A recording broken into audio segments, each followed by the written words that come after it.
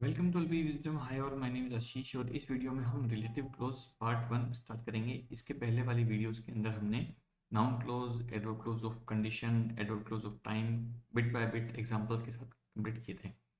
So relative close में क्या होता है, एक रिलेटिव वर्ड का सिग्निफिकेंस होता है। ठीक है, ये रिलेटिव वर्ड कुछ भी हो सकता है। ठीक है, डिपेंड करेगा कि सेंटेंस के अंदर कितनी नाउन्स आ रही है और उस नाउन या उस सेंटेंस के पार्ट का दूसरे पार्ट के साथ क्या रिलेशनशिप है।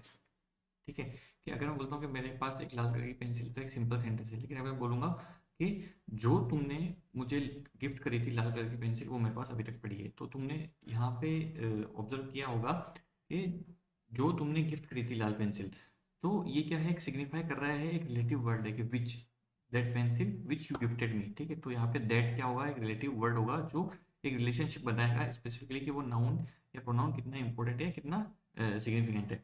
तो रिलेटिव जो क्लोज होते हैं वो तीन तरीके के होते हैं: adnominal relative clause, sentential relative clause and nominal relative clause. और यहाँ पे एडनोमियल रिलेटिव जो क्लोज होंगे वो रेस्ट्रिक्टिव या फिर defining relative clause, as well as non restrictive या फिर नॉन डिफाइनिंग रिलेटिव क्लोज के अंदर सब पार्ट डिवाइड होते हैं।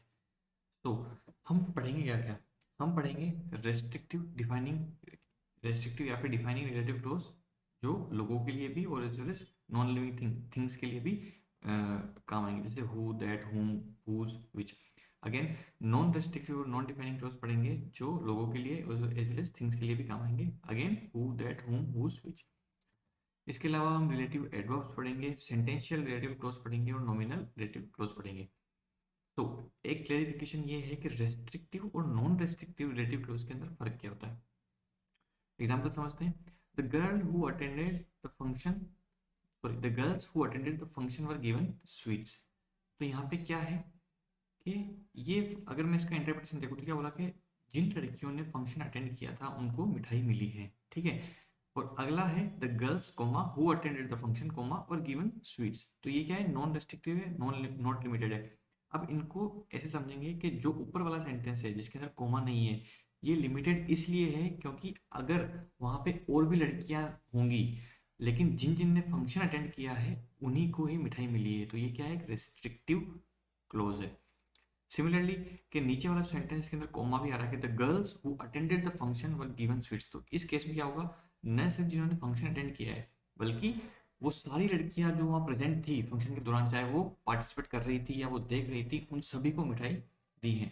तो ये एक बहुत बड़ा डिफरेंस होता है restrictive as well as non restrictive relative clause के अंदर। ठीक है, तो आगे बढ़ने से पहले आप प्लीज इस क्लेरिफिकेशन को ध्यान में रखिएगा, क्योंकि हम जो रेस्ट्रिक्टिव रिलेटिव क्लोज है और नॉन रेस्ट्रिक्टिव रिलेटिव क्लोज है उनके एग्जांपल्स बिल्कुल सेपरेट वाइज सेपरेट वीडियोस के अंदर अपन कवर अप करेंगे।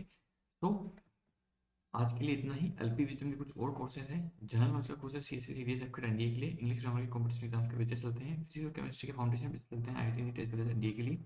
हमारा एड्रेस आदर्श नगर जयपुर में है और आप फर्दर इंक्वायरी के लिए lp@gmail.com पे कॉन्टेक्ट कर सकते हैं। Thank you so much, have a nice day.